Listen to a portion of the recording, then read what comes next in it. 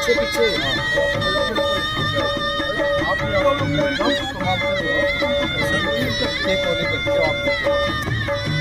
से प्रार्थना करेंगे जिस कार्यक्रम के लिए दर्शक को याद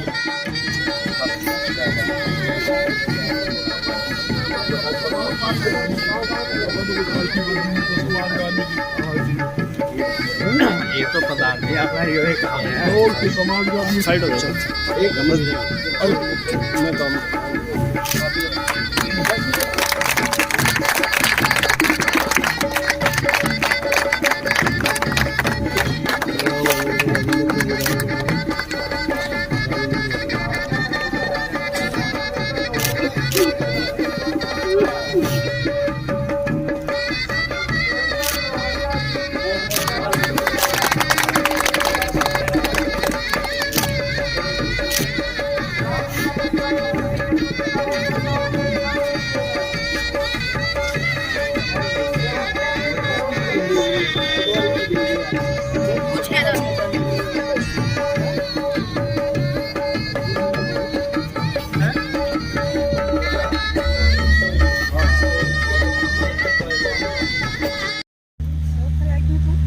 गांव के पार्षद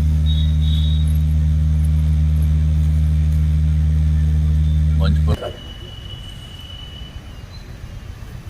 यहाँ की महिला समिति की महिला मोर्चा की बहनें, मेरे बुजुर्गों, साथियों, मैं भाई हिसार का नहीं, सात रोड का हूँ और वो क्यों हूँ वो मैं बताऊंगा आपको। 1968 में मैं यहाँ Adarsh cotton ginning and oil industries हमारी फैक्ट्री होती थी, मैं वहीं रहता था 24 घंटे। और इस स्कूल में 6 महीने पढ़ा हूँ। कहीं ना कहीं आपका मेरे यहाँ स्कूल के अंदर नाम मिल जाएगा। 1968 का रजिस्टर देख लीजिए।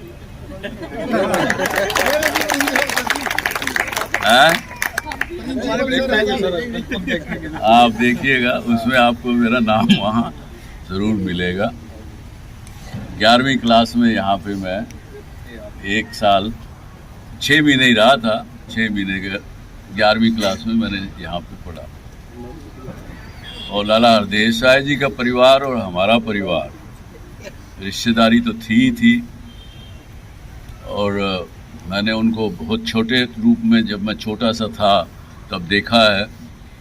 और इंद्राजमल जी, उनको भी हम दादाजी कहते थे। और मेरे अपने दादाजी के साथ, जगन्नाथ जी गोयनका के साथ, उनके पास अक्सर यहाँ आया करते थे। जैसे गली में मुड़ते थे, दाहिने हाथ को पहला ही मकान उनका होता था। हाँ, अभी भी है कोई वो दरवाजे में, उसमें बैठते थे। तो बहुत उनके पास बैठे हैं, खाना खाए हैं, सब कुछ किया है। इस जगह से लगाव है। और आज इस स्वर्गीय आत्मा को नमन भी करते हैं, क्योंकि ऐसे जो मनुष्य होते हैं वो कोई 100-200 साल में ही कोई जन्म लेता है। रोज़ इस प्रकार के आदमी जैसे लाला हरदेव शाह जी जैसे रोज़ाना जन्म नहीं लेते। जिन्होंने अपनी सारी ज़िंदगी वो सेवा में तो खैर लगाई, स्वतंत्रता के लिए भी लड़ाई लड़ी। और कभी भी कोई भी व्यक्ति उनके पास चला गया तो उसकी मदद की। पूरा परिवार, इनके 5 भाई थे, पूरा परिवार के भी लोग जगह जगह रहते हैं। कोई कहीं बड़ा परिवार है तो सबसे मुलाकात होती है। सुरेश जी को तो मैं चाचा कहता था। और मुझे याद है कि एक इनके परिवार में कोई शादी थी और मेरे ख्याल में शायद 9-10 साल का रहा हूँगा उस समय की उम्र। तो शादी में हम गए हुए थे, काम करते थे, लड़के बच्चे काम करते थे। उस वक्त कोई इवेंट मैनेजर तो होते नहीं थे। खाना खिलाना सब कुछ करना परिवार के लोग ही करते थे। युवा लड़के करते थे। तो वो बड़े जोवियल आदमी थे सुरेश जी।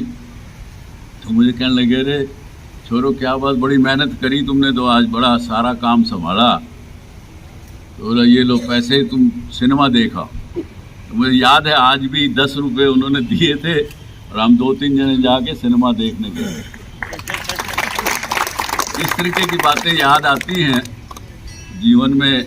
आदमी चाहे कितना बड़ा बन जाए, कहीं का भी कहीं चला जाए, तो भी कुछ चीज़ें होती हैं ता जिंदगी याद रहती है। आज आप लोगों ने मुझे यहाँ बुलाया, आदर दिया, सम्मान दिया, उसके लिए बहुत आभार। क्योंकि जो लोग अपने बुजुर्गों का और स्वतंत्रता सेनानियों का सम्मान नहीं करते, वो देशभक्त भी नहीं हो सकते। तो अमृत महोत्सव के चलते मैंने डॉक्टर साहब से एक छोटा सा आग्रह किया था जी। अपने नरेंद्र जी है, नरेंद्र दिनोदिया जी, उनके बेटे के और पुत्र वधू को आशीर्वाद देने के लिए डॉक्टर साहब आए थे। मैंने एक छोटा सा उनसे आग्रह किया था। वहाँ की मूर्ति खंडित हो गई है, हम चाहते हैं कि उनका दोबारा से निर्माण हो जाए। डॉक्टर साहब ने एक पल में मुझे बोला, ठीक है आप साथ चले जाना गाड़ी लेके, जयपुर से अच्छी मूर्ति बनवा के लेके। बड़ा ही विनम्र स्वभाव है डॉक्टर साहब का। इतने बिजी शेड्यूल में भी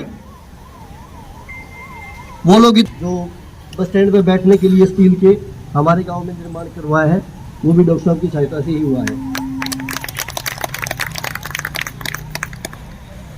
जिस प्रकार से डॉक्टर साहब ने आदमपुर हल्के के अंदर अपने खर्चे से स्पोर्ट्स अकेडमियाँ चलाई हुई है, कार्यक्रम वहाँ पे चलाया है। तकरीबन 600 बच्चे वहाँ पे उन अकेडमियों के अंदर खेलते हैं। उसी माध्यम से कुछ बच्चों ने जिले और स्टेट लेवल पे सर्टिफिकेट प्राप्त करके और नौकरियां, सरकारी नौकरियां भी उस स्पोर्ट्स के कोटे से उन्होंने प्राप्त की है। इसके लिए हम डॉक्टर साहब का बहुत बहुत धन्यवाद करते हैं, आभार व्यक्त करते हैं। संस्था चलाते हैं जिसका शुभारंभ हमने लॉकडाउन में किया था। जब सारा देश बैठ गया था तब हमने इस काम को शुरू किया था। हमारी संस्था का नाम युवा पर्यावरण प्रहरी है, जिसके संस्थापक डॉक्टर सुमित जी, इनके साथ मेरा नाम विनोद है जी, विनोद जी, और हमारे स्वयंसेवक साथी हैं हमारे साथ में जी, हम सभी स्वयंसेवक हैं। उस संस्था के माध्यम से ही हमने गांव में अनेकों कार्य किए हैं, जैसे नशे पे काम किया है जी, नशे के लिए काम किया है, शिक्षा के लिए काम किया है। स्वागत करता हूं। सुभाष चंद्रा जी के बारे में तो आप सभी जानते हैं और मुझसे ज़्यादा ही जानते होंगे, और मुझसे ज़्यादा क्या पूरा विश्व इनके बारे में जानता है। ये तो इनके बारे में कुछ भी बताना सूरज को दीपक दिखाने के जैसा होगा। और इनका जो प्रेम लाला हरदेव साहब जी के साथ है, जो इनका जुड़ाव इनके साथ है, मुकाबला नहीं है। मैं डॉक्टर सुभाष जी को बताना चाहूँगा कि लाला हरदेव साहब जी की प्रेरणा से ही हम इस गाँव के सारे समाज सेवी, हम और मेरे सारे साथी गांव में और गांव के बाहर समाज सेवा का कार्य हम करते हैं। इसी श्रृंखला में हमने एक छोटे से संगठन से शुरू किया था। हमने शुरुआत की थी 10,000 पौधे लगाने से। 2 सेनानी रहे, उन सबको याद करने की हमने कोशिश की। हम सभी को तो याद नहीं कर पाए, लेकिन हमारा नमन उन सभी को रहा। हमने इस श्रृंखला साथ मिलकर फ्री बुक जो है बच्चों को डिस्ट्रीब्यूट की। इस गाँव में खेल के, गाँव के स्कूल के बच्चों के बीच में खेल के और अनेक उनके बीच प्रतियोगिता करवा के हमने उनको लाला हरदेव साहब जी के जन्म दिवस 26 जनवरी 2022 को हमने इसी स्कूल के प्रांगण में कार्यक्रम करके उन सब बच्चों को सम्मानित किया और गांव के बच्चों के बीच में एक प्रतिस्पर्धा की भावना हमने जगाने की कोशिश की है। हम जैसे कि विदित है सभी को कि इस क्षेत्र के आप पूर्व राज्यसभा सांसद रहे और एक बहुत ही बड़े समाज सेवी हैं। आपने अपने स्वयं के खर्चे से इस प्रदेश में इस आर डिस्ट्रिक्ट के अंदर बहुत सारे खेल के एकेडमी, शिक्षा के क्षेत्र में बहुत काम किया है। हम ये चाहते हैं कि हमारे इस गांव में आपने काम किया है। हम चाहते हैं कि आप और शिक्षा और खेल के ऊपर और काम करें इस गांव में, आसपास के गांव में, ताकि आपके ऐसा है कि एक आदमी आगे निकलता है, अगर वो अपने पीछे खड़े हुए आदमी का हाथ पकड़े तो हम साथ मिलकर बहुत आगे निकल सकते हैं, समाज को आगे ले जा सकते हैं।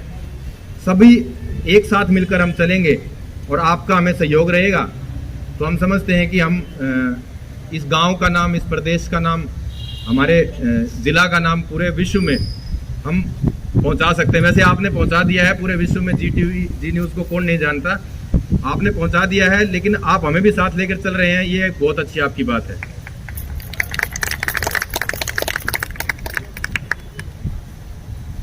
मैं डॉक्टर सुभाष चंद्रा जी से अनुरोध करूंगा, विनती करूंगा कि वो अपने 2 शब्द हमसे साझा करें